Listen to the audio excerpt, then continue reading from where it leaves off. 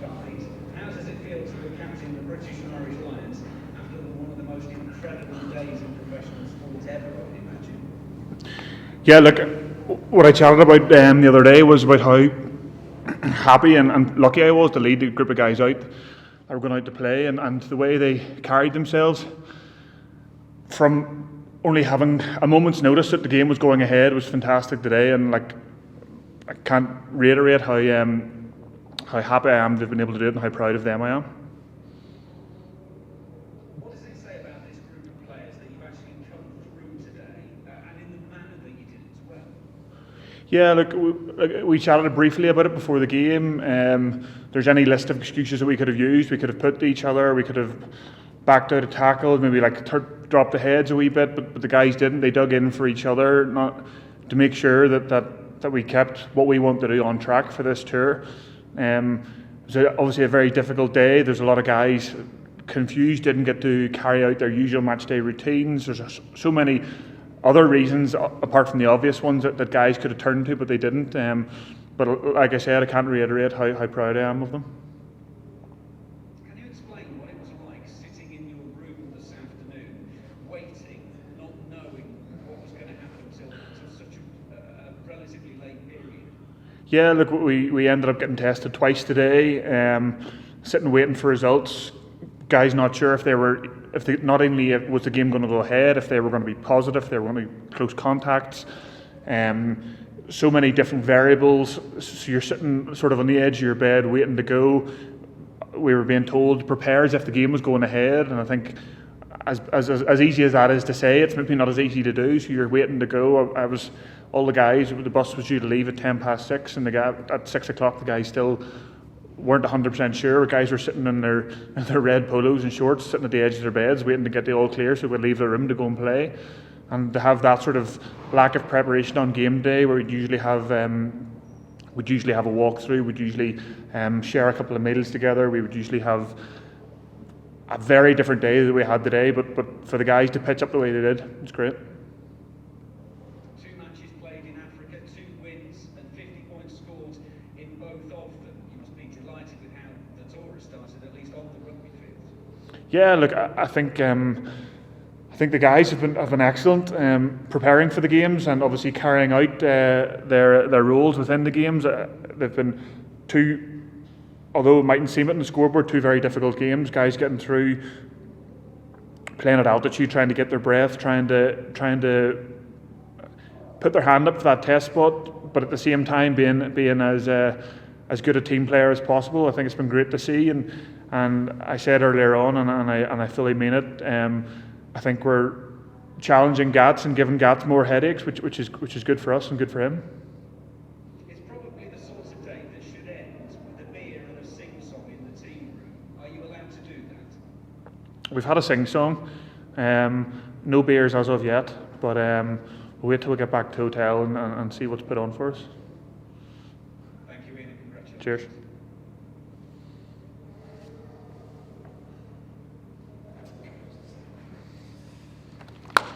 Next up, please, anyone. If Vinny's not there, he wants a question. Jump in.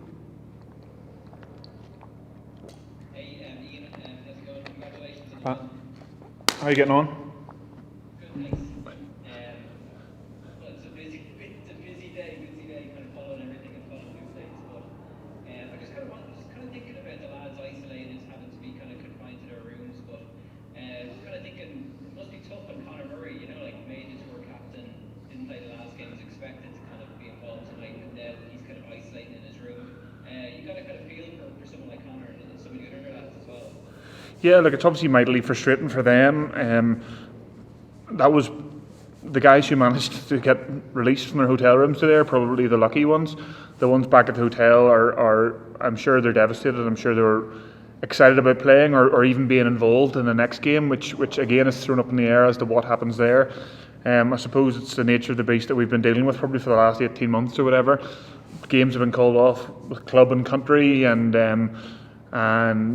by this stage I think players are kind of getting used to the topsy-turvy nature, but I'm sure this one here for him will be disappointing. But knowing Conor, he'll bounce back, he'll be as happy as possible.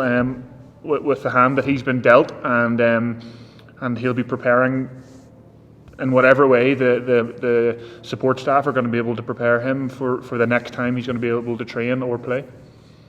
And what's the sense, like, for you guys, is for us, we're kind of looking at it from afar, we're seeing, like, Georgia, the Bulls, the Springboks, yourselves, positive tests. It seems a bit mad as well, but, what's your sense from people over there? I know you're not getting to talk to as many people in South Africa as you normally would, but, are they just full on wanting this tour to stay on and just keep going if it can? Yeah, well, it's difficult because we wouldn't see anyone from outside of our bubble, like no one at all. We get up, we go to get on the bus, which is cordoned off. We get on the bus and go to training, in through gates which are cordoned off, and on the training field, back on the bus and back to the hotel. That's all we get. The hotel staff would be the only people that maybe cooking food or behind the hotel desk would be the only ones that you might have a touch of getting in contact with. But looking at it from like a media point of view, obviously a lot of teams getting cases. It's rife over here, and like this is an upset that I'm sure the management had planned for. I don't think it's overly surprising given the amount of cases and how readily it's spreading over here. But for the guys to pitch up the way they did, like I said again, I'll say it again, I'm real proud of them. Okay, cheers, Ian. Thanks for that. Cheers. I was back at some stats here during the week, and I know there's something where say O'Gara being a big week captain of the line, Rory Betts, Tony O'Callaghan, then you had Driscoll the captain in his own at 5, O'Connor at 9, and O'Reilly taking over. Was there something there, do you think? What the Irish players the leadership there's no way that the captain is going to come around. Was there something there, do you think, or is it just coincidence? I don't know. I said it might just be coincidence. I'm not 100% sure. I think I wouldn't be usually one for believing in coincidences, but I can't think of any specific logical reason right now as to why it would be. I don't know, to be honest. Cheers. Congratulations on the captaincy and on the win. Do you have any fear as players and yourself privately that all this work that you put into getting here and that you're doing over there, and also the beach that you're building, will ultimately just come over the smoke or something at the end of the day, just takes away everything and the test game is kind of how do you deal with that presence of the lives that this element of kind of non-knowledge?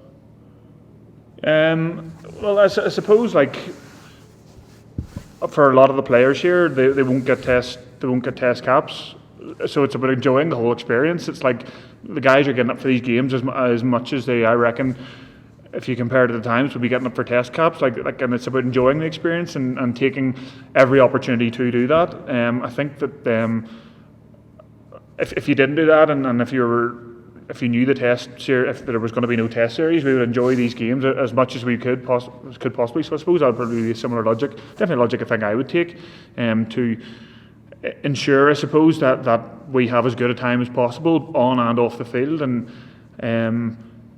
hopefully the test games do go ahead, and these games are preparing us well for them. Hopefully they do, and it does look like you're putting yourself in a pretty good position right now. You're playing very well.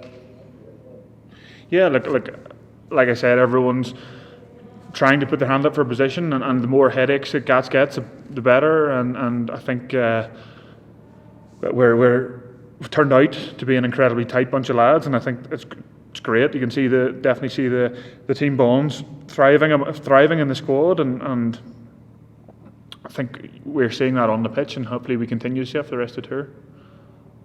Tim, is that up as loud as it goes? Yeah, just about, yeah. Last one now and then. Hi, congratulations on the win. I just want to ask, it kind of just follows up on what Rory was asking there about like where do you feel you are at with your own game. How much of a different player do you think you are in comparison to 4 years ago when you toured in New Zealand? Yeah, I suppose maybe in some aspects maybe slightly more mature. I'm a bit more calm, and I'm able to sort of organise myself around my training week a wee bit better. When I look back at where I was then, probably hadn't had enough or a huge amount of experience in holding leadership roles in teams, which I think has definitely helped me over the last number of seasons. But I think all in all, probably maturity would probably be the I'm not saying I'm the most mature person in the world, but definitely is a stride forward from the last tour. Thanks, Iain. Thank you, everyone. Cheers. Thanks, Ian.